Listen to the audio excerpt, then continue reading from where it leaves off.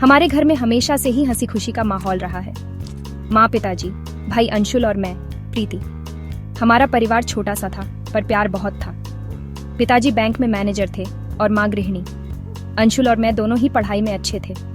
अंशुल को तो नौकरी मिल भी गई थी, पर कहते हैं ना, जिंदगी कभी एक जैसी नहीं रहती। अंशुल की शादी तय हो गई। शालू, अंशुल की पत्नी, दिखने में तो बहुत ही सीधी सादी थी।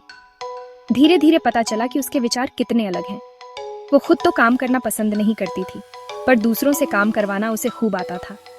धीरे धीरे घर का सारा काम मेरी माँ और मुझ पर आ गया। शालू तो बस टीवी देखती रहती या फिर फोन पर बातें करती। माँ को तो जैसे आदत सी थी, पर मुझे बहुत बुरा लगता।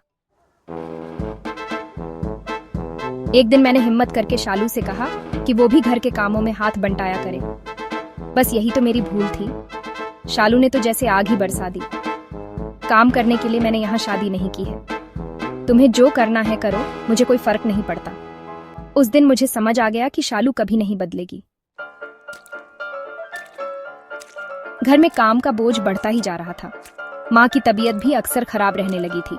हमने काम वाली रखने का फैसला किया, पर शालू को कोई भी काम वाली पसंद नहीं आ रही थी। ये तो सांवली है, इससे घर में अंधेरा छा जाएगा। ये तो बहुत पतली है, इससे काम कैसे होगा। ऐसे न जाने क्या क्या बहाने बनाती रहती। एक दिन एक औरत हमारे घर काम मांगने आई। नाम था उसका विमला। विमला का रंग थोड़ा सांवला था, पर वो दिखने में बहुत ही सौम्य और मेहनती लग रही थी। शालू ने उसे देखते ही मुंह बना लिया। ये कैसी औरत है, इसे देखकर तो मेरा खाना ही हजम नहीं होगा। पर इस बार मैंने और माँ ने शालू की एक न सुनी। हमने विमला को काम पर रख लिया। विमला के आने से घर का माहौल ही बदल गया। वो बहुत ही मेहनती और ईमानदार थी। सारा काम चुपचाप करती रहती। धीरे धीरे शालू को भी एहसास होने लगा कि विमला जैसी कामवाली मिलना बहुत मुश्किल है।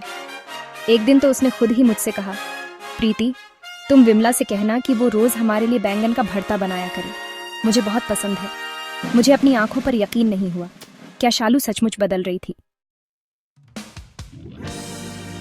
उस दिन से शालू का व्यवहार धीरे धीरे बदलने लगा। वो विमला से आदर से बात करने लगी थी।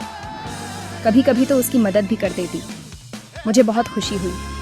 शायद शालू को अपनी गलती का एहसास हो गया था।